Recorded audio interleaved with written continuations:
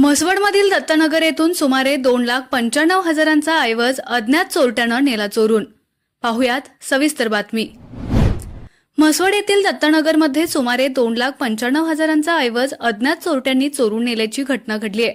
याबाबतची फिर्याद यशोधन दिलीप माने वय वर्ष 34 राहणार म्हसवड यांनी दिलेल्या फिर्यादीनुसार गुन्हा नोंद करण्यात आलाय।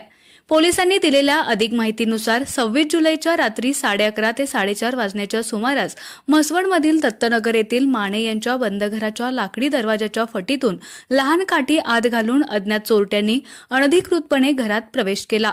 घरात असलेल्या कपाटाचा लॉकर त्याच्याकडे असलेल्या चावीनं आणि कशाच्या तरी सहाय्यानं उघडून रोख रक्कम 10,000 रुपयांसह 8 तोळे वजनाचे दागिने व पासपोर्ट असा एकूण 2,95,000चा ऐवज अज्ञात चोरट्यांनी चोरून नेला।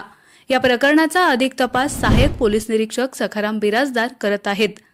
आपला आवाज न्यूजसाठी एकनाथ वाघमोडे, दहिवडी।